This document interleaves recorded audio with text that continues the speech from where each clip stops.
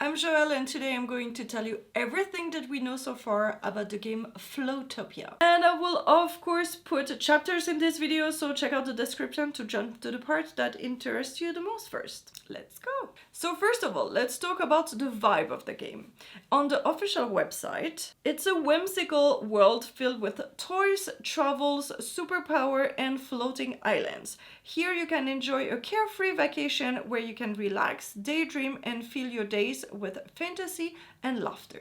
In the SI.com article, Zane, the lead designer, said, "The concept behind this game is to let our player relax to find a comfort zone in their daily life." And also emphasizes that there will be no combat, just friendly and heartwarming. And also it's a story of self-discovery and coming to terms with yourself, and that a useless superpower can be very meaningful, and the lead writer said. And we'll talk more about superpowers obviously later. And Anne also said that she's aiming for a joyful and humorous tone in the writing. The writer of the Video Game Chronicle said that the dialogue is pleasantly daft and the player can also choose what to say back. And another day is just raining coins. When you ask what's happening, you're just told to not question it and just embrace it. By the way, I will link all these articles in the description so you can go read the full article each time for yourself. In jeuxvideo.com, the article in French said that the cinematics exploded in colors and that we had glittering eyes all the time, and that there was a bunch of stars, full moons every night, and a lot of rainbows. On the PlayStation blog, there was actually an interview with the developers. This world is made up of unique miniature toys with an art style that is bright, fresh, and full of fantasy. It feels as if you handcrafted it piece by piece. Here you will see residents that looks like figurines, houses made of milk cartons, and stations seemingly crafted from clouds. We have put a great deal of effort into the details of this magical world, utilizing high-quality rendering techniques, exquisite material details, and delicate lighting. You can see that in the details of the texture on the characters. That's really impressive. The game also features a whimsical fauna and flora, magical crops with superpowers, and much more. And in the php.cn, what really caught my attention while playing was the expressive, fluffy and dreamy character movements and production, as well as the cat-like Floatland. A lot of people mention Floatland, but I don't know if that's the name of the main island or not. We'll see. And in playwave.de, so in German, it says, "The team goal is to create a stress-free and fluid gaming experience where fun comes first." Now let's talk about the name and the platforms and everything technical. So in the 4gamer.net, we learned that the English title is Floatopia, which means floating utopia. And in Japanese, it's actually Yume no Compass, so compass of dreams. And in the Discord, somebody mentioned that actually the name in Chinese is codename Strange Journey, and if you look that up, actually you find a few articles in English that mention that name and never Floatopia. For example, in the inf.news. So on the si.com article, it mentions all the platforms. Floatopia is a cozy life sim from NetEase Game, that is a Chinese company, and it's coming to PC, iOS, Android, PS5, Xbox Series X/S, and Nintendo Switch in 2025. We do not know exactly when in 2025, so it's not early 2025, so it could be December 31st, 2025 for all we know, honestly. And some places it's actually not mentioned that it's going for mobile, but many other places mention mobile, and actually the website officially does not mention mobile, so that's interesting. On the Discord channel, there was an FAQ And it says, Floatopia is free to play and will be available on PS5, Nintendo Switch, Xbox and PC, so less mentions than before. And we're working out the details regarding the release platform for PC. So we don't know if it will be through Steam or through their own launcher or another Steam-like something like Epic or something like that. So for example, Genshin Impact has their own launcher and it's not part of Steam or something. And they also mentioned we're working towards enabling cross-platform play for the future, so stay tuned for update. Some places already said it's cross-platform, and here they're saying that they're working on it. And honestly, for that kind of game, it would make total sense. And they did not say that they will release at different time on different platforms, so it should make sense to be cross-play. And on GameBiz.jp, they mentioned that the supported language for subtitles and interface will be English, Japanese, and simplified Chinese, and full audio for English, Japanese, and simplified Chinese, and other languages are in development. So interesting. On PocketTactics.com, my demo is a PC build of the game played with a mouse and keyboard, as opposed to any of the best Switch controller you may have in your own setup. So at Gamescom, they had playtest with a PC and a mouse and a keyboard. So I would think that actually most people will play with a controller. And in jeuxvideo.com, also they said the ergonomy of the title is not very comfortable with a mouse and a keyboard. And on VG247, it says, because it's Unreal Engine, Floatopia feels more open and interactive than a full-flat Animal Crossing, with more seamless exploration and greater sense of verticality and distant perspective. And on a video by Hirona, she said, now, although this was a lot of fun to play with the half an hour I got, this most definitely is not a finished game, with the controls feeling a little bit clunky at certain points, and the dialogue in some of the sentences not really being polished. However, this was the first ever playable demo, and the game isn't set to release until 2025, so I'm sure all of these things will be fixed for the final release. Okay, now a little bit more about the playtest at Gamescom. They released the trailer at opening night live the day before the event, and after that they had 5 full days of playtest on their booth with 6 workstations where people could go. And on Gaming Bible and actually a lot of other places, they said, I've only played the opening 30 minutes of the game. So apparently all the journalists and game testers and everything got 30 minutes, but I'm not sure if it's the same play sessions, because I talked to somebody who said that the people had 15 minutes. So I don't know if the regular people had only 15 minutes and the bigger people had half an hour. I'm not sure about that. And on the booth they had a welcome to Floatopia sign, play Floatopia and complete the following tasks to get freebies. And if you visited the booth, you got a game paper bag. If you followed and joined us on any official social media, you got an emoji sticker set. If you shared a photo on X and tagged Gamescom and Floatopia, you got a character badge. If you played Floatopia for 15 minutes, apparently that's the thing for the regular people, you got a game Canva bag. And if you pre-registered for Floatopia on the official website, you would get a mug. And if you completed the 2-minute survey, you would get another pack of sticker or everything, something like that. Apparently also on the booth you could see that it's USK 0 approved without age restriction, and that means that this game is playable for everybody because there's nothing that could be scary for children. So now let's talk about the story. On the Floatopia official website, imagine a world where superpowers are just a phone call away. In this fantastical realm, the most sought-after superpowers are quickly reserved, leaving only the seemingly useless powers behind. You play a character who, by a twist of fate, joins forces with others possessing these overlooked powers. As the main storyline unfolds, you gradually uncover the truth of the world and the meaning of your travels. Usefulness is not the only measure of value. Every seemingly useless ability has its own unique worth and hidden potential. On the SI.com article, they mentioned that the group lives on a chain of floating islands. On Gaming Bible, we had Individuals are assigned powers dictating their jobs, and when our protagonist ends up with a pretty dull one, they're left to work a dead-end job that leaves them feeling marginalized and underappreciated.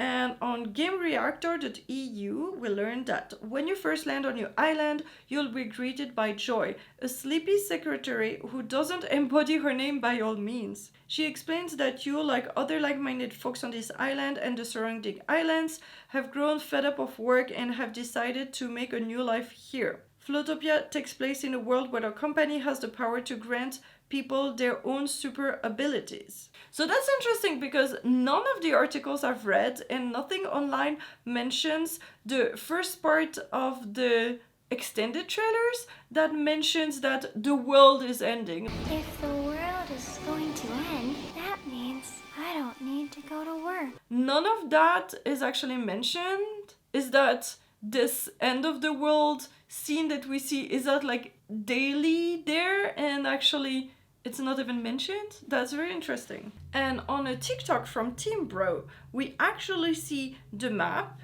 and some description of the area and some story. So let's read this. In the past 2 years, mysterious islands suddenly began appearing on the Superland, capable of flying in the sky and drifting in the water. Is the Superland the main area, like the ground, and then we live just in the sky above the Superland? So now let's talk about the character creator. On GameRant.com, players will also have access to a robust character customization system, allowing them to switch up their wardrobe and accessories. On Gaming Bible, once you've begun the game, you'll get to create and name your character. On Games Radar. But my favorite thing about the 20-minute demo session has to be the Floatopia's incredible character creator menu. So much so that I spent at least half of the demo changing my doll's hairstyle. Every cosmetic item has me cooing as I scroll through the available choices,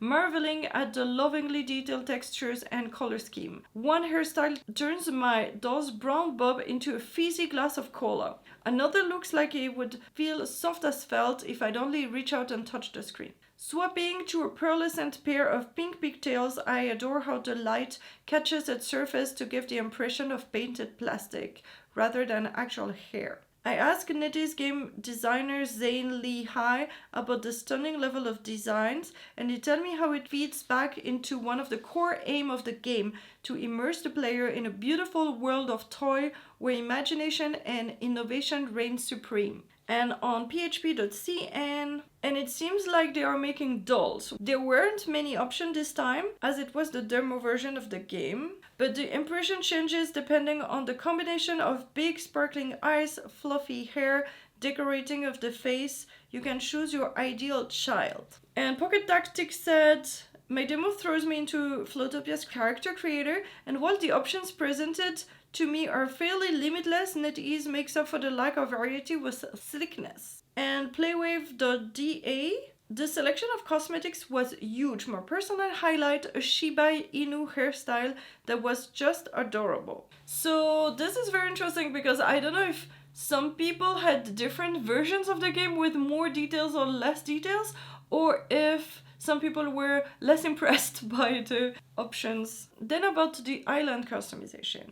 On si.com, which brings us to what we actually do on these lovely floating islands, we build stuff. Our construction rate is enormous, Zane explained.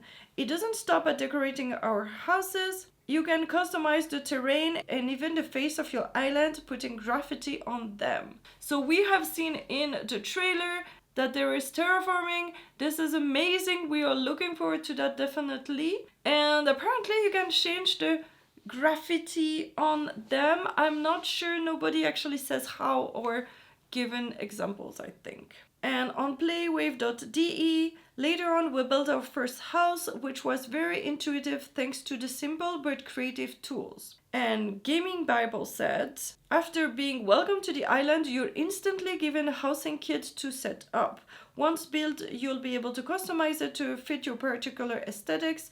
The island mayors made it clear in their opening spiel that I wouldn't be forced into making any major payment. And on GamePro.de, she asks quite naturally how much she owes for it. Nothing, of course, is the surprising answer. Apparently, this game really wants to fight the debt economy that is upon you in Animal Crossing and makes it really more relaxed and not paying your debt back to Tom Nook. And VideoGameChronicles.com said, the shop is a fairly innocuous looking building, but when you step inside, it folds out to reveal a larger interior where you can see the corrugated card in the walls keeping everything together. GamesReactor.eu says, you'll be given a plan for your mini house, as well as a couple of tools and tips to help you get started from the eccentric businessman who's in charge of this new floating society. This eccentric businessman or island's mayor is not being mentioned at all in the trailer, but I've seen footage for you. VG247 says, you build furniture from resources scrounged across the island, you mosey back and forth between the shop and take part in town event with other citizens. A multiplayer.it says, in the game it seems it is even possible to indulge in terraforming by modifying the entire structure of the landscape and giving shape to unique natural structures. There are crystals that seem to be obtainable only with certain conformation of terrain. For example, this is a translation from Italian, so it means that maybe some crystals can only go on cliffs and not near the beach. There's no really beach, but you know what I mean. And then it says, obviously each constructed building has an interior that you can modify at will, and we expect a considerably variety in the decoration. I'm wondering if you can actually modify the things inside the shop, or it means like your own house. I'm not sure. Or maybe other characters' houses too, maybe. Wandering around the map, we also find hidden objects and a costume for our alter ego. So we expect exploration to be as important in this sense as the reward of the main and secondary missions of the campaign. Interesting. PCGame.de. After we decided on a bright pink house from a small selection of visual design options, we first had to get the right material. However, new furniture, decorative items, etc. do not seem to be available to buy in a shop, at least in the demo. We'll talk about that later. Instead, we need the appropriate instructions to be able to make them. We had to make do with a bed made of cardboard boxes at first, but everyone starts small. In a video on IGN.Japan, he said, so in that house, I put the bed I received as a present, that desk and that chair. And in somebody else gaming footage, you actually see that after the quest, you receive the crafting plan for all that. Or even the finished thing, I'm not sure. In the official Floatopia website, in Floatopia, we're all about giving you the freedom to shape and style your island exactly as you want. With a wide array of customizable tools and ever-expanding collection of creative components, you can transform your island's terrain, set the perfect theme, and personalize everything from the island base to quirky graffiti. But it's not just about the island, your wardrobe will also offer a diverse range of charming and stylish options. And on VG247, your house opens out like a playset. It's actually really nice with a lot of texture, sort of like Pokemon Concierge. Now let's talk about resources and tools. On Gaming Bible, Floatopia simply requires you to find the relevant material around the island, which you can quickly craft into your chosen design. On php.cn, when building a house, all you have to do is collect the material you need for the building you want to build, such as stone and wood. In PocketTactics.com, life on my floating island begins by gathering resources with a handy hoover tool to break ground with my own home. On Games Radar, hoovering up construction materials like wood and fibers. So that's interesting. All of them mention different kind of resources that you can collect. But I think in seeing gameplay footage that there's a lot of things laying around that you can just get like that, but there's still, I think, trees or something like that that you can still have to log or do an action to make the resource come out of, I think. PocketTactics.com. It's always a work to acquire enough resource to learn and forge blueprints for useful items like an axe, hammer, or fishing rod. So you still have an axe and a hammer, so I guess you still have to get resources from trees and stuff like that. Not everything is actually on the ground. And the story just says, buy the recipe from the vending machine at the service center, craft a fishing rod at the plaza merging table, and there should be more things. And then fishing isn't as straightforward as Animal Crossing require me to cast my fishing rod at specific angles. And on pcgames.de, so we went to the small sky island to look for wood, grass, and other important elements for building a house. That's interesting. It looks like actually you don't find everything on your own island, but you need to go to other islands. And we've seen screenshots with actually bamboo and things like that. So I'm wondering if actually the smaller islands are the native islands of the other NPCs, and do they each have their own biome to have different resources. So for example, Pandy is kind of a panda and she would live close to bamboos, for example, and you need to go to the different islands to get all the different materials probably. I'm wondering if that's the case for all the base material, because apparently there's a lot of different kind of bigger islands, and those I'm not sure if you can actually go to them all the time, so we'll see about that. The game also has farming elements up its sleeve in the best Stardew Valley style, but we weren't able to try them out ourselves in the demo. In php.cn, the trial run ended when the furniture was placed in the house that has been assembled from material and the first night was over. I wasn't able to experience farming, fishing, or gathering with a large group of friends. Now let's talk about the game mechanics. On the official Floatopia website, imagine a place where you can fish in the cloud sea, harvest crops with ease, change the weather to match your mood. And on the official Discord FAQ, you can choose from a variety of vehicles for island exploration and adventures. On php.cn, once the character makeup is complete and we arrive at the island, we greet the residents.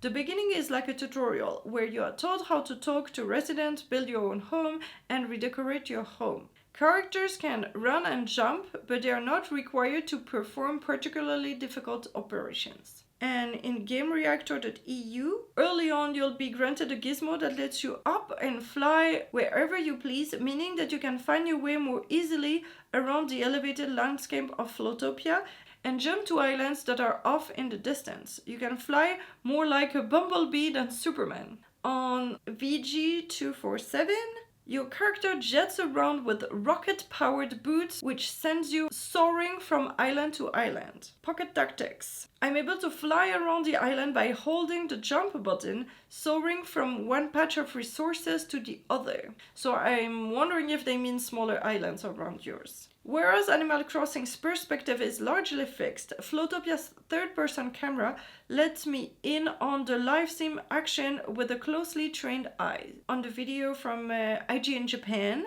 I can see the city that I'm building from above, and you can put a lot of things outside the house like Animal Crossing. On VG247, you can swim in the water and jump over blockage. And the game is set to a real-life daytime cycle like Animal Crossing. And you can interact with a constantly rotating cast of visitors, each with their own useless superpowers. So I'm wondering if by visitors here they mean NPCs, because I don't think that the actual multiplayer people will have their own useless superpowers. Apparently in the world of Floatopia, these visitors pilot their islands through the skies, pitching up next to your home whenever they're in the area. Day by day, different islands will come into orbit around your central homestead with new characters to meet and new items and material to discover. So it looks like that, like each people will have their own biome with their house, and then you can go and meet them and just jump to their, like fly to their smaller island. And then on GamePro.de, seasons are also included, and you can even have a direct influence on the weather. The time of day is based on the real time. According to NetEase, the clock is not a stress factor like in other genre representative, because you should be able to reach everything at any time. So that's good to know. Not that the shop will be closed at 9 in the evening, or that there are certain fish that you can find only during night or only during morning, so that you can play whenever. But if you play always at the same time of day, it will also be the same time of day in the game apparently. That's interesting. Real life day-night time cycle. Because I remember seeing night in the game test that they spent only 30 minutes in. So I'm not sure about that. And I'm not sure about the seasons. Will there be like the real season that we are now? You have to pick your hemisphere and then you'll have snow in winter or something like that. Or it will be something different. We'll see. And on news.yahoo.co.jp, I think the design of the control system is very smooth and natural. The input and the output of each action is well matched and it moves smoothly and at a good tempo. And I was able to collect multiple items with one button. Now let's talk about all the cute characters. First we have Joy, that is portrayed on the official website as a perpetually drowsy and low energy office girl. Her useless superpowers is she doesn't need to sleep.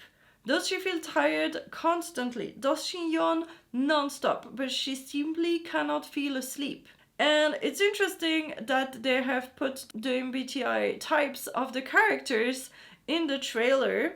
And so she is ISFP. And in Japanese, she's actually called Snow and not Joy. And on SI.com, there is a character called Joy. And she has the superpower called insomnia, so she can't sleep. She's suffering from it a bit, but it also makes her a very reliable assistant. You can basically find her anywhere you want at any time to ask for her help. Does that mean that the other characters actually are sleeping at night and you cannot see them? That's interesting. And GameReactors.eu says, when you first land on your island, you'll be greeted by Joy, a sleepy secretary who doesn't embody her name by any means. Then we have Mystica, and she's described as, Mystica longs to make friends, but her inability to express herself gets in the way. Her useless superpower is that when she gets emotional, things around Mystica get scary. The earth gets chilly, eerie winds come out of nowhere, lights flicker, and spooky music start to play somewhere in the distance. And she is INFP. And in Japanese, she's called Yulan. So unrelated. And on the SI.com website, you get another character, Mystica, can freeze stuff around her. Whenever she uses the power, it evokes this really creepy aura, but it's useful for fishing, as we can see in the trailer. And on VG247, some, like the emo introvert Mystica, have the elemental power to control ice. And on Games Radar, they said, I'm visiting my neighbor Mystica, which means that she's the neighbor because she moved to her island close to ours. Is that what they mean? Then we have Pandy. On the website, she is described as a cheerful and laid-back foodie. Her useless superpower is that she can eat without feeling full and inflate like a balloon. The nutrients from the food she eats are released into the air, allowing her to eat as much as she wants. She is INTP, and in Japanese she's called Hamachi. Then we have Fluffy that is introduced on the trailer but not on the website. And what we hear from VG247, there also looks to be a chibi sheriff in a bulletproof vest called Fluffy, which is one of the most hilarious, tonally dissonant things I've seen. And apparently Fluffy is ESTP, and in Japanese it's called Fuwawa. Then we have Kiwi that is introduced on the website but barely seen on the trailer. They're described as an on-call at work, yet out of sight during time off employee at a grocery store. I'm not even sure what that means. And their useless superpower is the ability to perfectly fit any item into a perfectly sized bag. And in Japanese, the name is Cabbage. And actually it makes sense because you can see their hair is made of leaves like a cabbage, like a salad, but nothing like a kiwi. I'm not even sure what is kiwi. Maybe cabbage is not cute in the Western market, but cute in Japanese? I'm not sure. Then we have Cola Girl, and we know nothing about her, and I'm not even sure she's a girl. And actually we see the superpower is that with some kind of cola explosion, the crops can grow super faster, but that's the only thing that we know about her. And then we have actually another character that we don't know the name, but maybe it's Rine Rhine, something like that, because it's actually written in one of the stickers, and this character is seen just a few times wandering around. We don't even see if they have any kind of superpower or anything. And then we have Bleedsy, who is actually introduced in the trailer, but not on the website, and we don't know a lot about them at all. He is ESFJ, and in Japanese it's Cocoa Flow. And then we have the, I don't know how is it called, eccentric businessman or mayor or something, and it's actually apparently Mr. Beaconfield, because we've seen that in some footage of people playing it. And it's just introduced on gamesreactor.eu. You'll be giving a plan for your mini house as well as a couple of tools and tips to help you started from an eccentric businessman who's in charge of this new floating society. So this is so far all the characters we've seen or heard of. I guess most of the time when you see many characters, this is mostly them. Now let's talk about the superpowers. On si.com, it will be up to players to get creative and find uses for every resident's superpowers to help their island community thrive. Adventures will feature challenges like puzzles, which requires players to get creative with those powers outside of their natural area of expertise. Honestly, this is something that is getting me so interested. Like, for example, if you would play like Portal 2 or something like that, that each character, for example, if you use Mystica that can freeze stuff and making something explode, or using the cola thing, I'm not sure exactly how, but that looks super fun and a lot of possible expansion in the future for gameplay. si.com, you can use these useless superpowers to farm, fish and tame animals and so on. On gamesreactor.eu, it better suits the atmosphere of Floatopia for your power simply to be expression lines appearing atop of your head whenever you experience a strong emotion, rather than having laser beams shoot from your eyes or be able to teleport anywhere. I mean, if you can fly, why would you need to teleport anywhere anyway? In VG247, others have more practical quirks like the ability to grow plants super quickly. I think this is Cola Girl, like I've called her.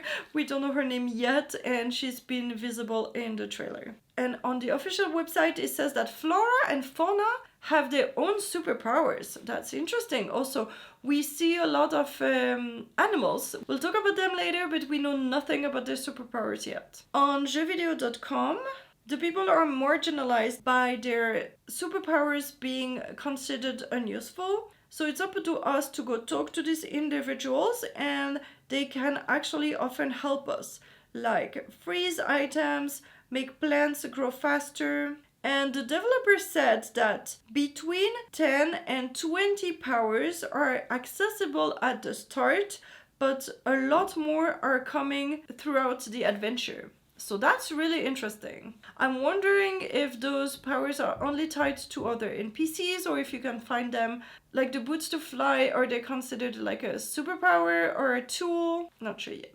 On playwave.de. How do the superpowers affect gameplay? Each resident of Floatopia has their own unique superpowers. These may seem useless at first glance, but as the game progresses, each ability unfolds its own charm and utility. You can enrich yourself with the resident's power and can also support them by helping them with various tasks. This creates a system based on cooperation and discovery of new possibilities. We can enrich ourselves with the resident's power. I'm not sure if this means that we can actually use them ourselves now, after some time, a quest or something, or we always need to be with them to have the power. I'm not sure. And are there any superpowers planned beside flying? And for now, flying remains the main ability the players can use themselves. However, the development team is working on various concepts for additional powers. They emphasize that flying will be a central aspect of the gameplay, but they also want to make sure that each new power enriches the relaxed atmosphere and gameplay.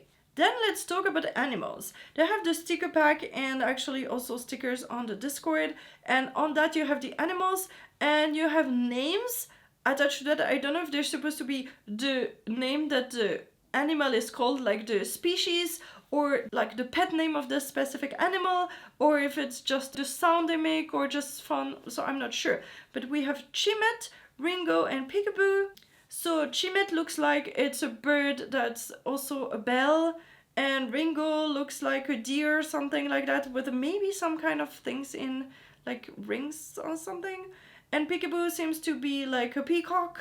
And the bunny seems like to be an inflatable bunny. It looks like a balloon, so adorable. There's also something that looks like a cow, and also some kind of squirrel, and maybe a mouse that is seen being pet, but we don't really see well. And apparently there's some kind of moles or something like that, and also maybe a bee. I'm really not sure. And at the end, when everything explodes out of stars, you also see stars animals, but I don't know if they are different things or just decors. And on Playwave, we learn the world of Floatopia was not only impressive because of its vibrant colors, but also the opportunity to interact with the island's animals. A particularly cute deer that I was allowed to pet even followed me around for a while. This little detail made the game world even more inviting and giving a lot of charm. I know that a lot of people have also mentioned that in Infinity Nikki you can pet the cats, but here you can also apparently pet the animals.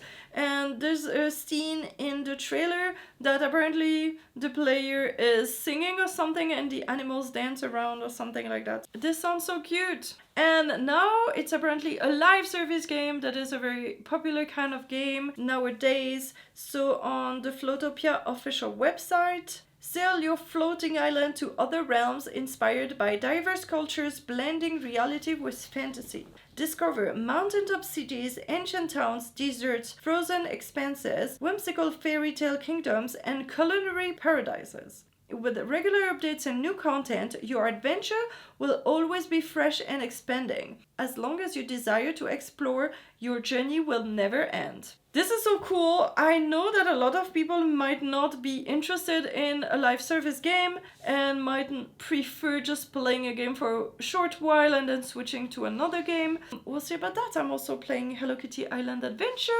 for forever apparently, so we'll see if I have to do that with 2 games in the future or how well it will be. On SI.com, Floatopia's story will take place across all of these islands and will expand together alongside them, with new adventures being added at a regular pace. I don't know what a regular pace is. Nowadays, for example, the Hello Kitty Island Adventure is every 3 weeks we have new content, so this is crazy. We'll see how often they do that. Several different islands will be available to players, with regular updates increasing the counts in the future.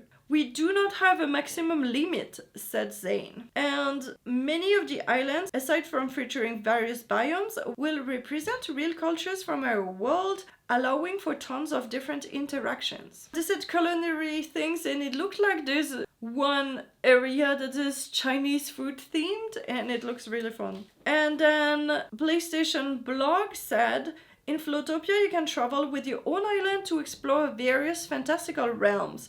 We integrate fantasy elements based on different regional cultures and natural landscapes, and plan to regularly update the game with new realms for a rich and novel experience. Our vision is to create a whimsical, heartwarming, and fantastical world through the continuous release of engaging, high-quality, and cross-platform content. We aim to provide you with a relaxing and joyful dream vacation in Floatopia. Now let's talk about multiplayer. In the official website, in Floatopia, we're crafting a social world where close-knit circles and meaningful connections thrive. No matter your social style, there's always a unique way for you to engage and interact. Extroverts can hop on travel vehicles to explore fantastical realms and quirky islands, with endless opportunities to meet new friends. Discover stunning landscape, roam the skies hand in hand, embark on shared adventures, and naturally form lasting bonds. Introverts can enjoy cozy visits with close friends, host intimate parties, create whimsical playgrounds, and spend quality time in spaces perfectly suited to them. And if you prefer solitude, charming creatures and friendly residents are always there to keep you company throughout your day. On PlayStation blog, we've designed numerous natural opportunities in Floatopia for you to connect with strangers and build friendship. Of course, you can also invite your friends to throw a party and fully enjoy your time together. On Game Rants, Floatopia will also offer some sort of multiplayer functionality, which the developer said will be entirely optional. And on SI.com, Users will be able to invite up to 9 other players into their world to hang out, dance, build together, and so forth. But an extension to this limit is already in the works, the lead designer confirms. So that's 10 people on the same island at the same time. That's hard to handle. Wow, I'm impressed. On Online Gamer, visit your friend's island, build house together, hold party, dance, enjoy music, and enjoy romance and fun times. I'm not sure if they're meaning in-game romance because, like, will we have friendship hurts or something with the friends we bring, or is this just an error in translation from Japanese? I'm not sure. On Games Radar, you'll be able to visit your friends on their own floaty islands to share your world with each other. On playwave.de, it places a strong focus on social interactions. Players can not only design their world according to their own wishes, but also interact more easily with friends and their community. Sharing screenshots, posting status updates, and staying in touch with others. All of this is a central part of the game. Like, will we have a social media place? Like, I know in Animal Crossing you can send letters, but in there can you write on other people's walls or something like that? In addition, Floatopia wants to create an even stronger feeling of home, where the player can escape into a dream world to leave the worries of everyday life behind. And then, can you place your island near other players' islands? Unfortunately, it is currently not technically possible to place the island directly next to each other, especially because the game is set to be released on many platforms with different performances. However, there are a variety of cool flying vehicles that you can use to visit your friends' islands, from hot air balloons to flying vans to cloud cars. There's something for everyone. And actually, I've seen the flying vans, and at some point I saw a screenshot of 3 people playing, and all of them had like a face coming out of the van, and it looked like they just started. So apparently this bus or van must be the thing from the start of the game. Now let's talk about the music. On Pocket Tactics, Floatopia's music is a real highlight, celebrating the whole demo with a medley of easy listening jazz arrangements. VG247 said, the soundtrack pipes out the same brassy horns as New Horizons. And jeuxvideo.com, the saxophone musical theme that accompanies our landing reflects the global feel of the game. So now let's talk about the NetEase Team. They have been mentioned on SI.com, GamesRadar.com, and PlayStation blog, and it's Zane Lehigh, the lead game designer, and Anne, the lead writer, but I could not find anything else, not any profile or anything, but probably since it's a Chinese company, they don't have like LinkedIn or something like that, or maybe they have different names in China, so I'm not even sure at all who these people are, and I could not see what they've done in the past. Now the last thing to talk about is the free-to-play mechanics. So on the Floatopia official website, you can pre-register now. And when you do so, they have a leaderboard of the things everybody will get when the game releases, depending on how many people are pre-registered. So as of today, like a month after the announcement, we unlocked the 500,000 pre-registration, and that's an avatar frame Daydream.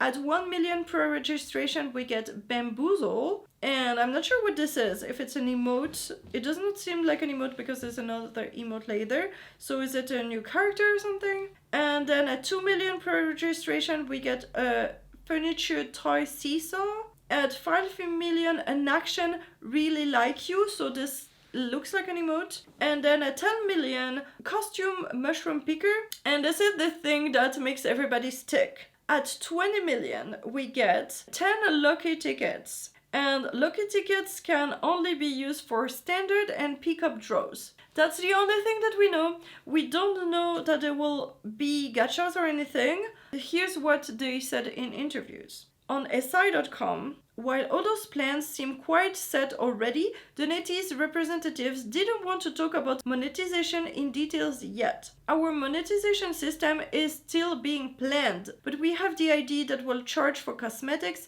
skins, and costumes. And on GamePro.de, there will be a shop where you can buy regularly rotating decorative elements. It remains to be seen whether you can get premium items without real money. So, this is where we really don't know, and apparently the team doesn't really know. But I'm really shocked that, okay, it's a free-to-play game, but you need a mechanic. When you spend that much money, probably for years, you need to have your monetization mechanic already set out. So I'm not sure why either they don't want to say it yet, either they came with an idea but they were frustrated by people already freaking out by reading that there will be gachas and people are opposed to gachas. I'm not sure, but I don't believe that I have not thought of how they will monetize this game. This is impossible. But the fact that this gacha system supposedly, and the free-to-play being like a premium currency or something like that, will be cosmetic, skins and costumes, is a bit sad because this is the core of the game. This game is going to appeal to people who likes decorating and dressing up and all that, and so they will put behind paywall the main thing that is actually the cute decors and everything. So we will see. At least it's not like in Dreamlight Valley where you actually pay the game and then still have a lot of things behind a paywall. So that is so sneaky. Or in Animal Crossing Pocket Camp where you do not have any chance of having the cute furniture unless you pay a lot of money. So we'll see about that. I'm not totally opposed to playing it because honestly I've played Genshin Impact and, for example, Cookie Run Kingdom. Those were two free-to-play games where actually the gameplay was so generous with the premium currency that we would not have any issue if we played a lot earning enough currency to get everything in the game, and I was not mad about that you could play to get stuff. If you wanted to spend your time instead of your money, you could get basically the same stuff. So we'll see how they do that. I'm totally not opposed as that, but I understand that they won't say yet, you will get cute hairstyle only by playing or something like that, but I'm a little bit weird that they did not say it will be gacha or that kind of thing. And honestly, I'm not sure what kind of other things they could do for a game like that.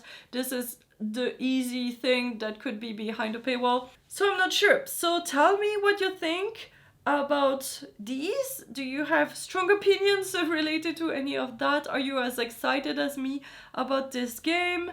And if you did play it, please tell me more in the comments. I want to know everything that I don't know yet.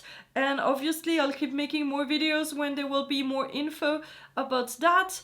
And this channel is mostly about Hello Kitty Island Adventure, but apparently a survey to my current viewers said that they are open to me playing other games of this style on this channel, so I'll probably open this channel to more games. Maybe the future Animal Crossing also when it comes out here, and I will keep you posted with everything new about this game. So thank you for watching this super lengthy video, and if you want to encourage me, consider subscribing because you are an amazing person. And in the meantime, you can also enjoy Hello Kitty Island Adventure. And this game will come out in early 2025. So I do hope that it will not be at the same time as Floatopia. It will be very bad. Hopefully not. Okay, so consider subscribing to my channel. And if I made other videos about Floatopia, they will be in this playlist over there.